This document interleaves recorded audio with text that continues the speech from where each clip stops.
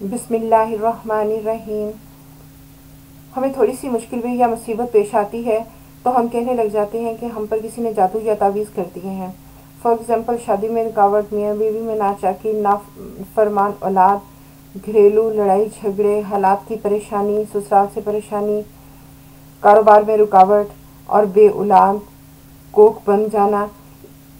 अब यहाँ ये बात हमें हमेशा याद रखनी चाहिए कि अल्लाह ने जिस रूह को पैदा कर दिया है उसे दुनिया में आने से कोई बड़े से बड़ा जादू भी नहीं रोक सकता। और हमारी क्या, किसी भी इंसान की सारी ज़िंदगी खुशियों या सुकून से भरी हुई नहीं होती है। ये सब मुश्किलें और प्रॉब्लम्स तो आनी ही हैं। हम इन्हें जादू या तावीज़ नहीं कह सकते।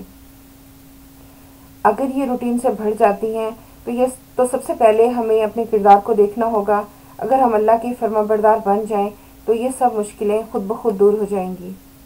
फिर भी अगर दूर ना हो तो जादू या तावीज़ समझा जा सकता है।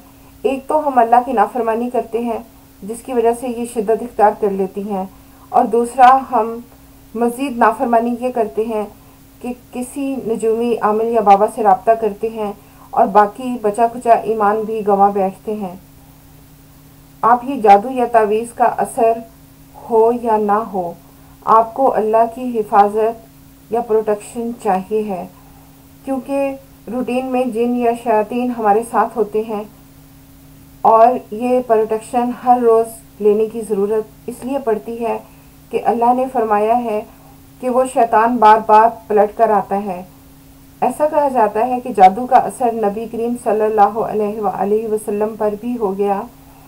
इसकी हकीकत इतनी है कि बड़े बड़े जादूगरों ने आप पर जादू किया, उन्होंने पूरा जोर लगाया, किसी का असर नहीं हुआ, और जब असर हुआ तो इसमें अल्लाह की हिकमत पोशीदा थी, और असर भी इतना कि आप कभी नमाज की रकत भूल जाते।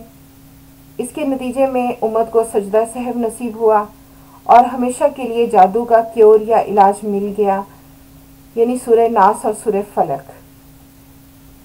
ये असर भी अल्लाह के हुक्म से हुआ, और इसमें यह हिकमत थी कि लोग मारे मारे आमनों या दूसरे लोगों के पीछे ना फिरें, बल्कि नबी की ज़िंदगी को देखें और फॉलो करें।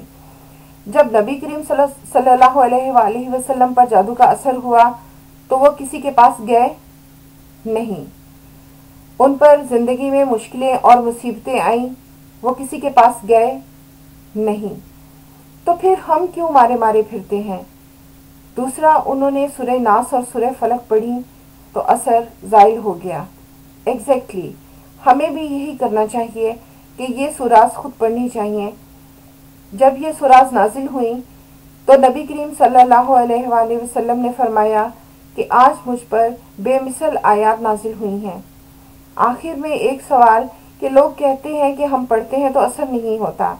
इस सिलसिले में एक बात याद रखनी चाहिए कि क्या हम शयातीन से भी गए गुजरे हैं कि उनके जादू या तावीज़ का असर तो हो जाए, मगर हम जब नूर यानी कुरान पढ़ें तो उसका असर ना हो? ये इम्पॉसिबल है। यकीन इस सिलसिले में इंजन की तरह वर्क करता है। हम एक्चुअली यकीन लूज कर लेते हैं।